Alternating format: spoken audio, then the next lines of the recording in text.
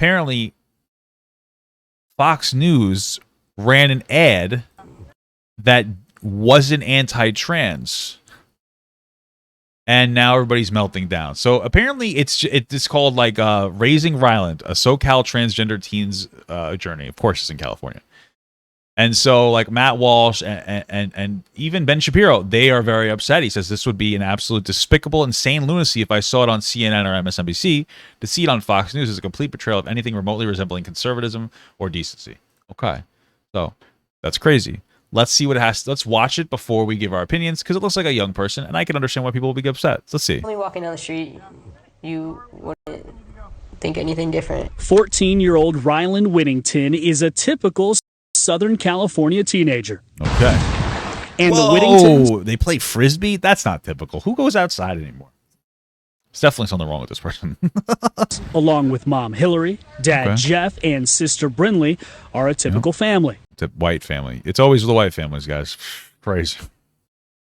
The only difference, though, in Ryland's eyes, is what this family can mean to the tens of thousands of kids under 18 who identify as transgender. We put our story out there so people could see that like there's another family out there that is going through what we're going through, or there's another family who's proud of who they are. Before Ryland could even speak, he managed to tell his parents they're correctly gendering this person as well. This is triggering. That he is a boy. I could just see it. It wasn't him trying to be a brat. It was like painful. It was truly painful for him to have to wear feminine clothing and for us constantly telling him that you're a girl. And unlike some trans kids, when Ryland came out at age 5 a few years later, he had the full support of his parents. Initially, there was some pushback from us in trying to understand this.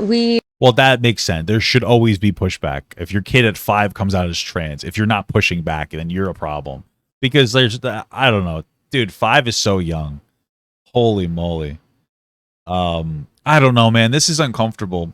That's so young. See, this is the thing, though, is that what news is supposed to do is supposed to present a story in like an unbiased nature. So the story here is that this is their family communicating their experience, and then we individually have a conversation about it and we think about it, right?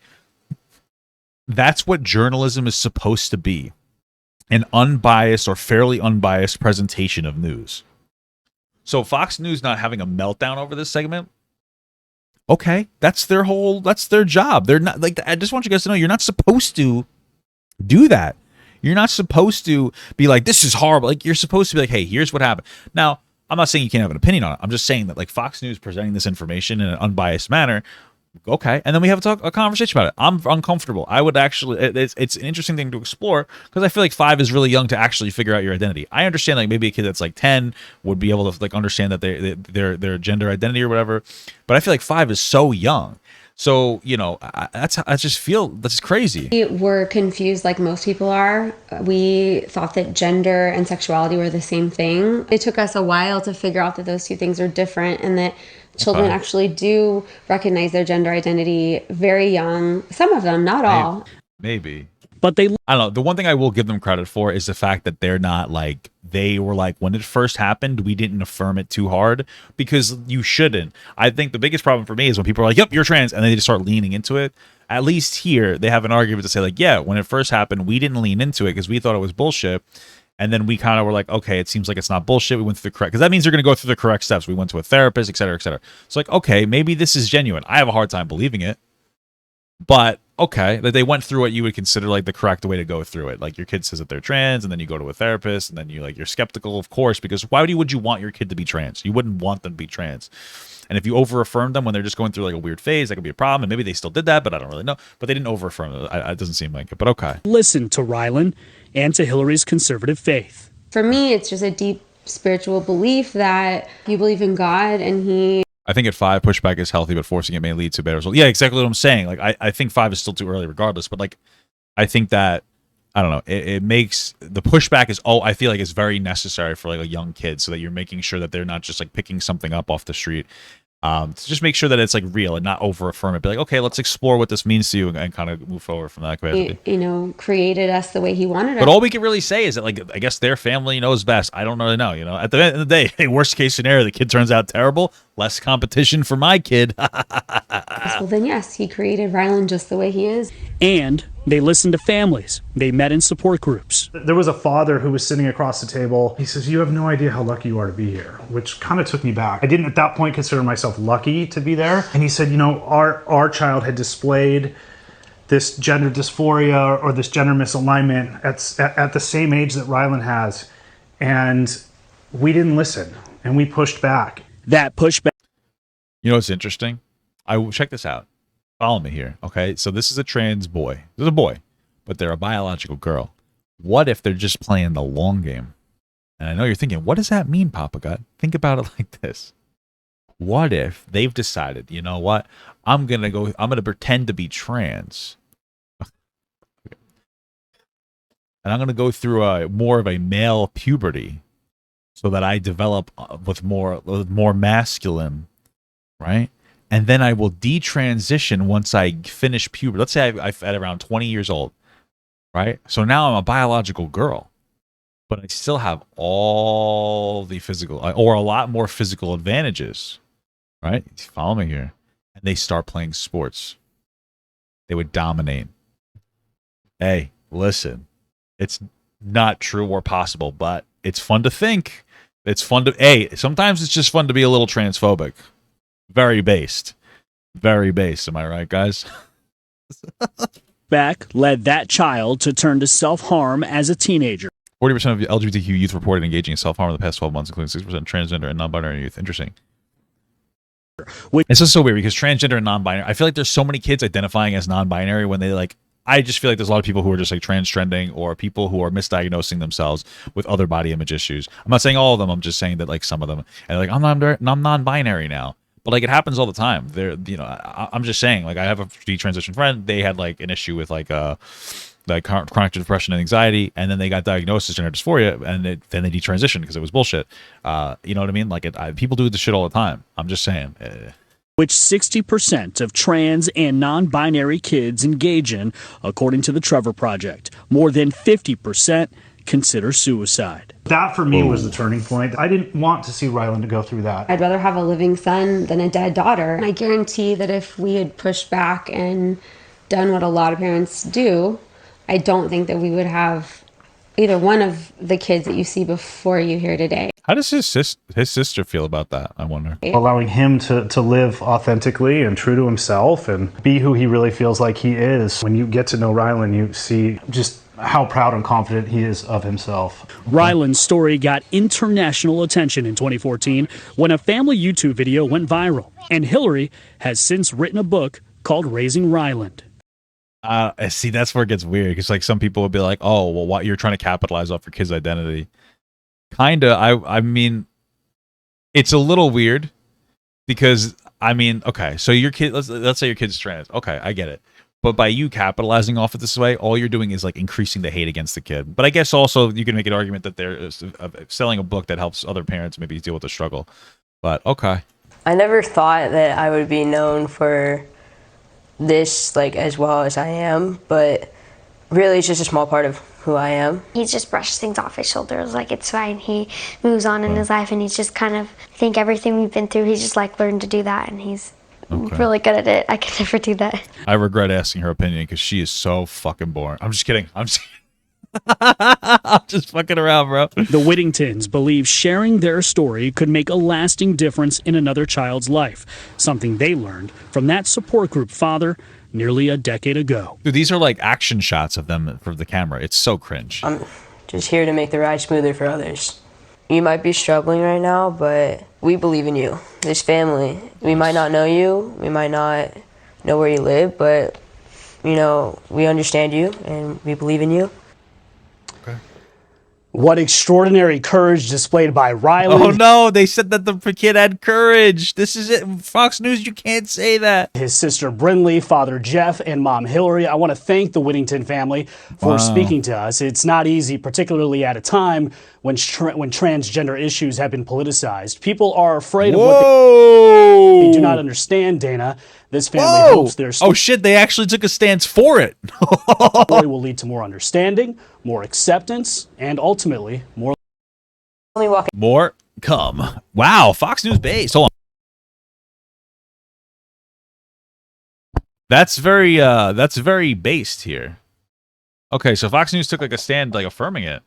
So then we have Matt Walsh saying, I have appeared on Fox many times. I appreciate the platform they've given me. If what I'm about to say ruins that relationship, so be it. We have to call this evil lunacy out where we see, especially on our own side. Today, Fox ran a long segment for Pride Month celebrating a trans kid who came out, this was like 4 minutes, but okay.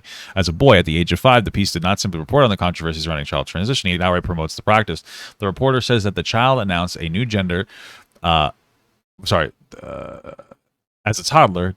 Does Fox wants to believe that babies can choose their gender? This is the most extreme, radical, dangerous form of gender ideology, and it's being promoted by Fox. I just want you guys to know that this is the thing. Trans kids exist.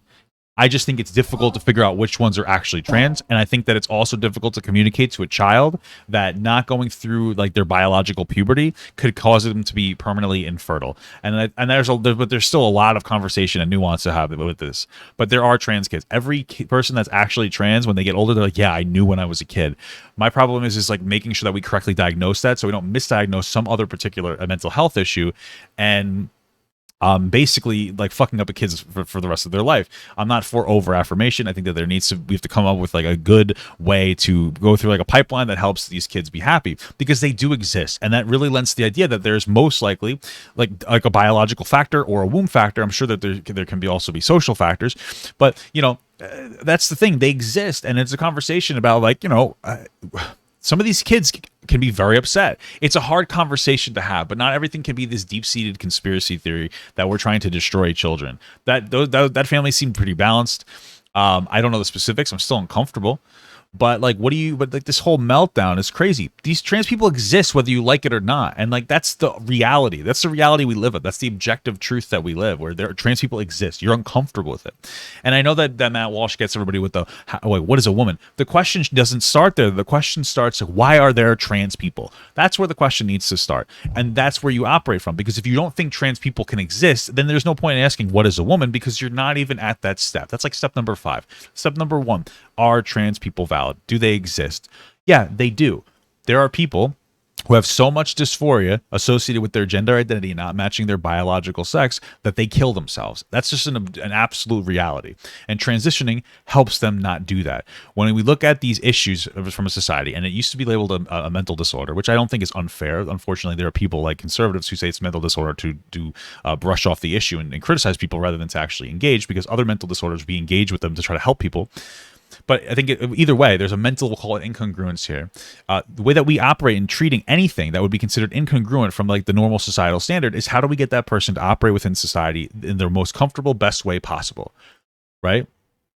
And so look at any mental incongruence. ADHD, what do? You do some kind of counseling, you do some kind of medication, and then like that's how you operate with that. You do the same thing with like somebody with autism. And so you treat them though based on what the best probability of success is to help them integrate into society. With trans people, that best probability of success is transitioning, is like mental health counseling, and transitioning to a point that person needs to, which is independent of everybody else.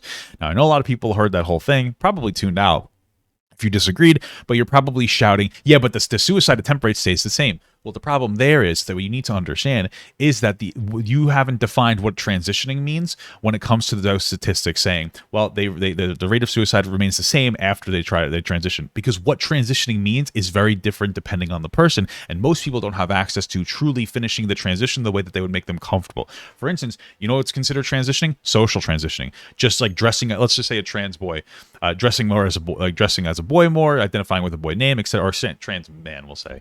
Identifying, dressing like that. Then there's hormone treatment. Then there's feminization or masculinization treatment, voice box treatments. There's hair implant treatments. And these things are more expensive for trans women specifically. Okay. It's easier to feminize or masculinize a feminine body than it is to feminize a masculine body. These things cost hundreds of thousands of dollars, and like maybe 1 or 2% of people who transition actually get to the point of like a truly happy transition. Now there is a conversation to have about potentially having unrealistic expectations, but then there's also a huge conversation about the lack of access to gender affirming care, and that's why these people or people with gender dysphoria can sometimes like or have like similar rates of suicidality even when they start to transition, because they don't have the access to the treatment that they would need to make them happy, right? And so the reality is this is the best treatment. And then we look at what do we lose as a society? Nothing. You're a little more confused when you look at an attractive girl that might have used to been a guy. And I get it. You shouldn't have to engage with a trans person, but I get that. But we don't really lose anything as a society with the reality of the situation. Strong men still exist and strong women still exist, right? I would argue more strong women exist than they used to exist. And there's still a good amount of strong men that can handle society in the way that you feel it needs to be handled. That's why Western countries, despite the fact that they are the most comfortable countries, are objectively the best higher standard countries and have the most powerful militaries in the entire world. So it seems like we don't not having enough strong men is doing just fine. In other countries like Russia and China, where people are incredibly oppressed, they're not exactly that strong because they don't have access to the same resources that we do, which makes you weak. I just want you to know that these weird ideological things that you affirm onto other countries that abuse their people, they don't exactly manifest in strong men just because they hate gay people and trans people. Those things don't just instantaneously happen, okay, whether you're comfortable with that or not. Right, and this is kind of the world we live in now. A lot of conservatives bring up, well, oh, so pedophiles, that's a mental disorder, so we let them fuck kids? No, because you know what we lose in society? Kids. They shouldn't be getting raped. Okay, you know that, but you're just making that parallel because you're being homophobic and transphobic. That's the reality of the situation. Those are disanalogous. You can't. That's going to hurt people in society if you allow pedophiles to fuck kids. It's not going to hurt people in society if you allow trans people to transition to a point that would make them happy and comfortable. We don't lose anything in society when we let trans people transition. We do if we lean into allow pedophiles to fuck kids. Okay, so those things are disanalogous. It's about the best pathway of success to make somebody, allow somebody to integrate into society in a comfortable way without sacrificing anything in society. That's what it really boils down to. I gotta fucking qualify everything I say. Turn on dark mode. Shut up. Okay, I'm white. That's internet blackface, bro. Okay, that poor kid is 14 now with permanently altered body, condemned to live forever and identify with an identity imposed as a small child. It's horrifying, evil, and sick, and what it is what Fox chose to promote. But it also, but you can make that argument if they went through their female puberty, then they might have lived with a body that they would hate for the rest of their lives as well. Just letting you know. But okay, I know for a fact that many people at Fox do not approve of this and never would have agreed to air a radical left trans propaganda, but Fox reporter Brian Lennis chose to do the story, and someone at Fox chose to put it on the air. Everyone involved should be fired immediately. Oof, that sounds like cancel culture. Okay. Somebody just put this tweet. I would kill every ape in the world to save one human because humans are more important. This is a very simple concept, folks. Would you suck every ape's dick to save one human? Okay. Interesting. Incredible. Okay. And let's see what Ben Shapiro has. You know, I can't tell the difference between the two because now they're promoting the movie so hard that I have no idea. This would be okay. We already read that one. Every element of this video is propagandistic, dangerous garbage. The report states that this biological female was choosing her gender before she could speak. This is madness.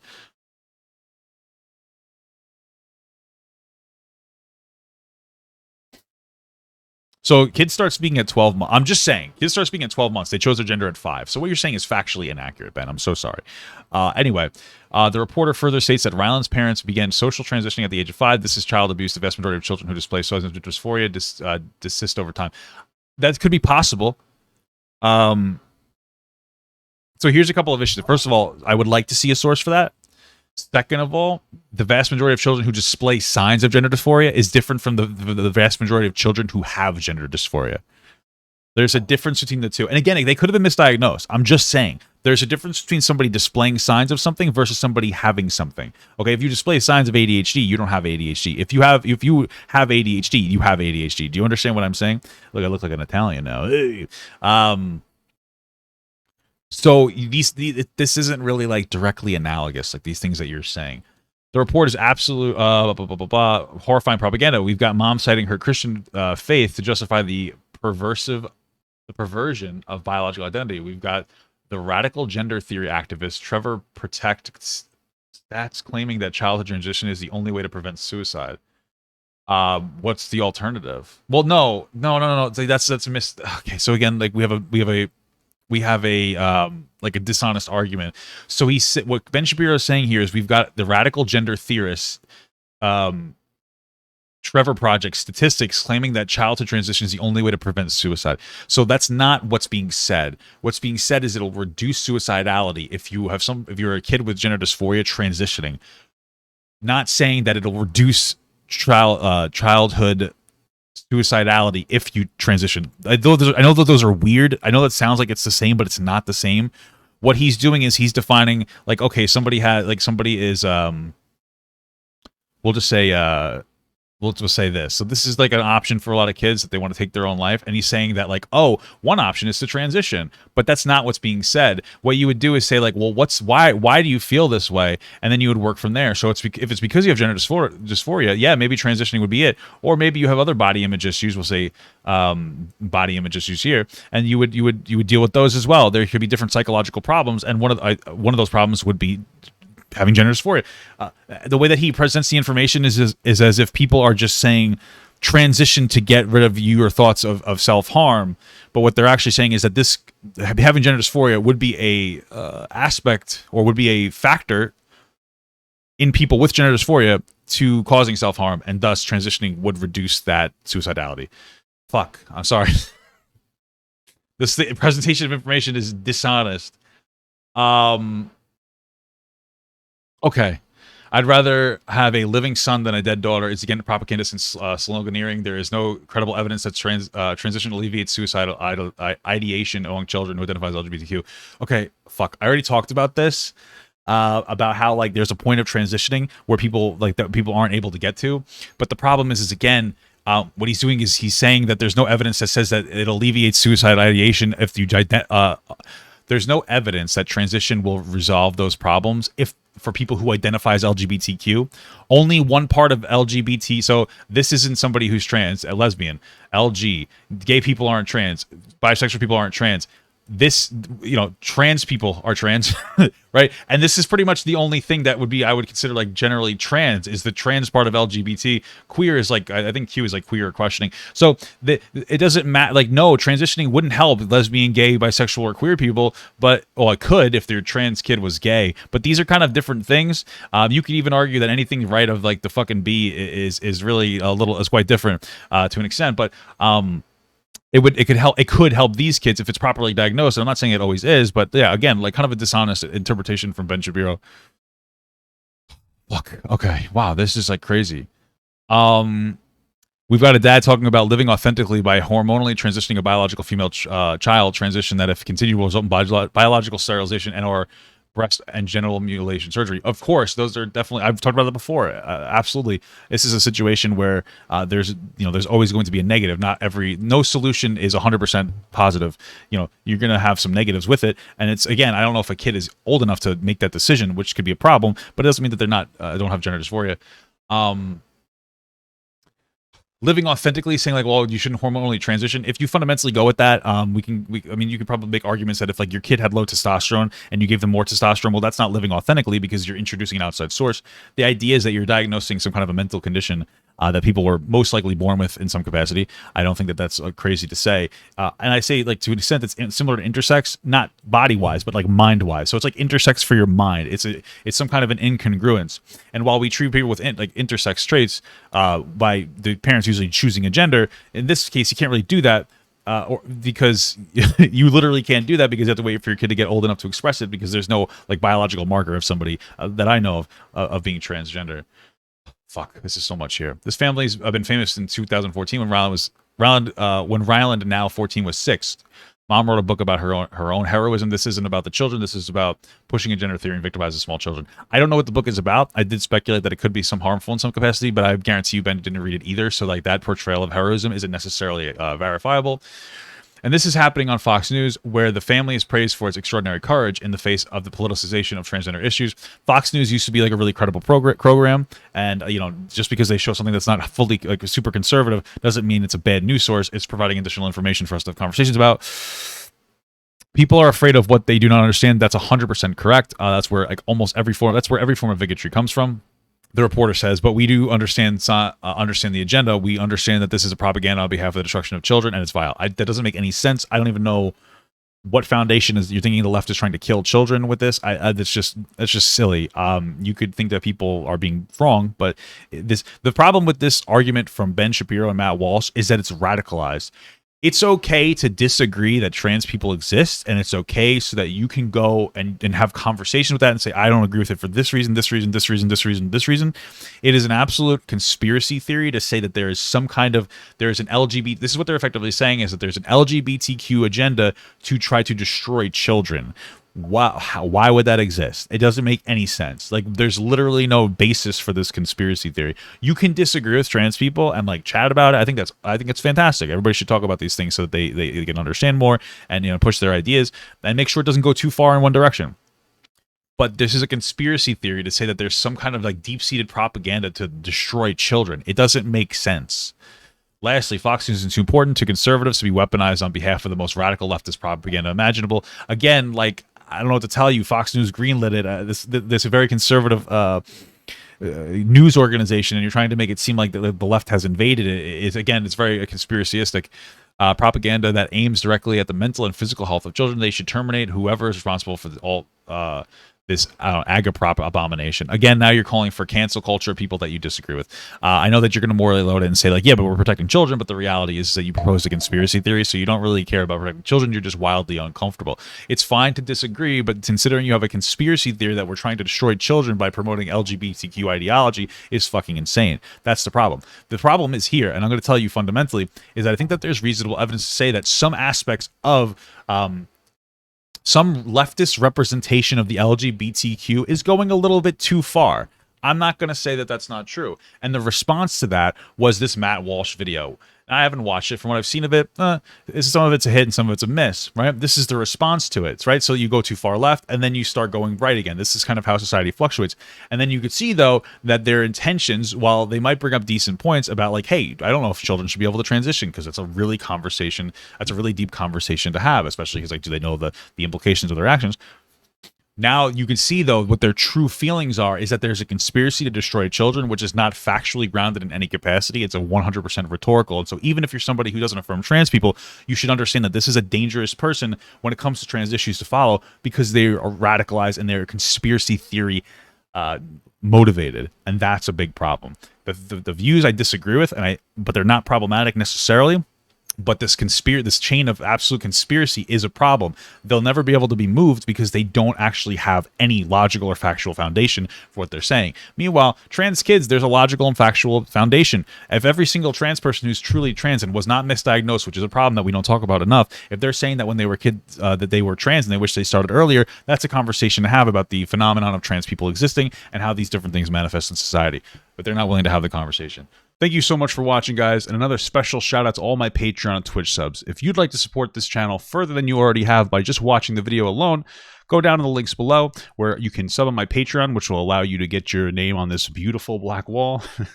Or you can go to the Twitch page and you can actually use a free Amazon Prime sub, if you have Amazon Prime, to subscribe. Thank you very much, guys. Take care.